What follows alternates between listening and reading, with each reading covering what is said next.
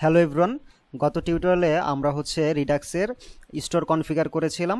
আজকে টিউটোরিয়ালে আমরা স্লাইস তৈরি করব। সো আমরা যখন রিডাক্স টুলকিট নিয়ে কাজ করব, বেশিরভাগ সময় আমাদের স্লাইস এবং অ্যাকশন এই দুইটা টার্মের সাথে কাজ করতে হবে।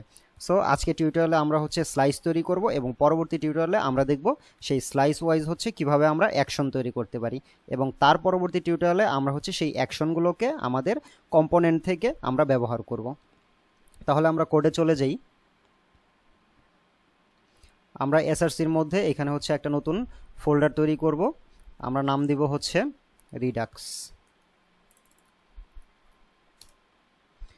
এবং এই রিডাক্সে আমরা একটি ফাইল তৈরি করব। আমাদের ফাইলের নাম slice.js। প্রথমে আমাদেরকে ইম্পোর্ট করে নিতে হবে ক্রিয়েট স্লাইস।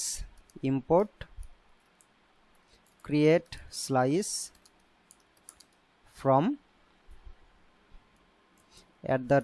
@redux.js/toolkit, এবং এই ক্রিয়েট স্লাইস এই মেথডের মাধ্যমে আমরা স্লাইস তৈরি করব, এবং আমাদের এই স্লাইসটিকে আমাদের এক্সপোর্ট করতে হবে, কারণ এই স্লাইসটিকে আমাদের পরবর্তীতে এই স্টোরের মধ্যে এখানে আমাদের রুট রিডিউসারে দিয়ে দিতে হবে। Export const. আমরা যে স্লাইসটি তৈরি করব এই স্লাইসটি আমরা ইউজারের অথেন্টিকেশনের জন্য ব্যবহার করব। অর্থাৎ আমরা একটি ইনপুট ফিল্ড দিব, এবং ইউজার কি করবে, সেই ইনপুট ফিল্ডে তার ফোন নাম্বার বা নাম টাইপ করবে, এবং একটি বাটন থাকবে, সেই বাটনে ক্লিক করলে সে লগ ইন হয়ে যাবে।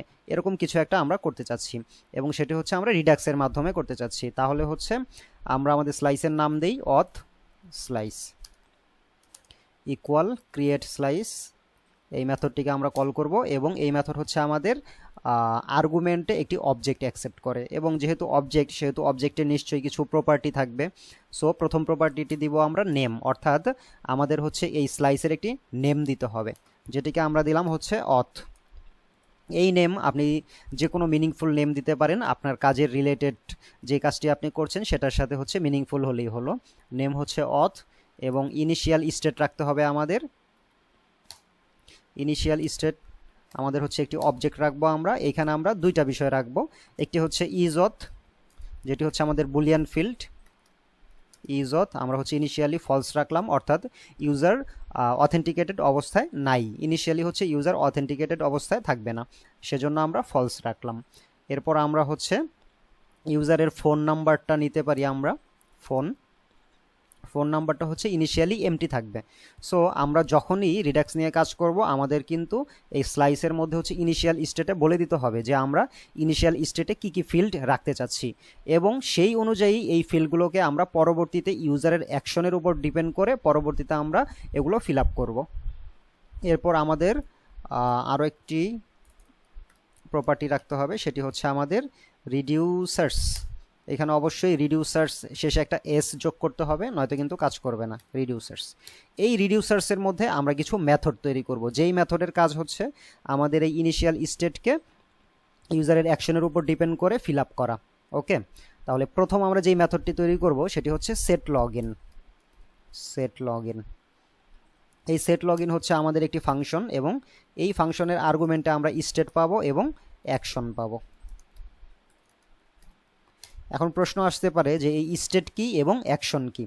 স্টেট আমরা এখানে যে ইনিশিয়াল স্টেট রেখেছি সেই স্টেট, আর অ্যাকশন আমরা এই স্লাইসের উপর ডিপেন্ড করে আমরা পরবর্তী টিউটোরিয়ালে যেই অ্যাকশন তৈরি করব সেই অ্যাকশন এই অ্যাকশনটি, এবং এই অ্যাকশনের সাথে আমরা অ্যাকশনের ওই ফাইল থেকে আমরা যদি কোনো প্যারামিটার বা ভ্যালু পাস করি, সেটা এই অ্যাকশনের সাথে পেলোড আকারে পাবো আমরা, যেটা আমরা পরবর্তীতে দেখব। ওকে, তাহলে আমরা যেটি করব, আমরা ইউজার যখন লগ ইন করবে তখন এই ইজ অথ আমরা ট্রু করে দিব। তাহলে এই ইনিশিয়াল স্টেটটা পাবো আমরা কোত্থেকে, এই স্টেট থেকে। তাহলে আমরা লিখব state dot is auth equal true. যখন ইউজার লগ ইন করবে তখন ইজ অথ ট্রু হয়ে যাবে। এবং আরও একটি কাজ করব আমরা, সেটি স্টেট ডট ফোন।